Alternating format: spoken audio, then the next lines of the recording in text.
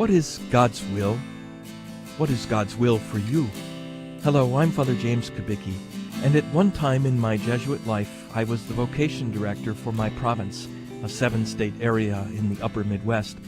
In that role, I helped young men discern whether or not God was calling them to be a Jesuit priest or brother. And that question, what is God's will, was the one that I often heard. Today's first reading at Mass from St. Paul's first letter to the Thessalonians gives a pretty clear answer to that question.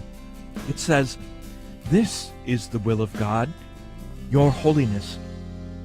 God's will is that you and I become holy, become saints, and each of our vocations, whether it's to marriage or the single life as consecrated persons or priests, are designed for one thing, to make us holy.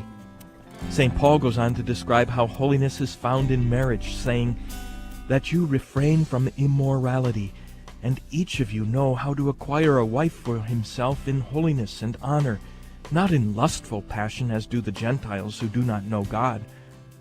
Years ago, some people used to think that priests and sisters were automatically holier than lay people, but that's not true. God calls each one of us to holiness, and each particular vocation is designed to help the one called to it to grow in holiness. But the key is to live a good life, a moral life, a life of following God's commandments in whatever vocation we have. Don't take my word for it. Take Paul's and someone else's, who, at the end of today's first reading, says, "Therefore, whoever disregards this, disregards not a human being, but God, who also gives his Holy Spirit to you."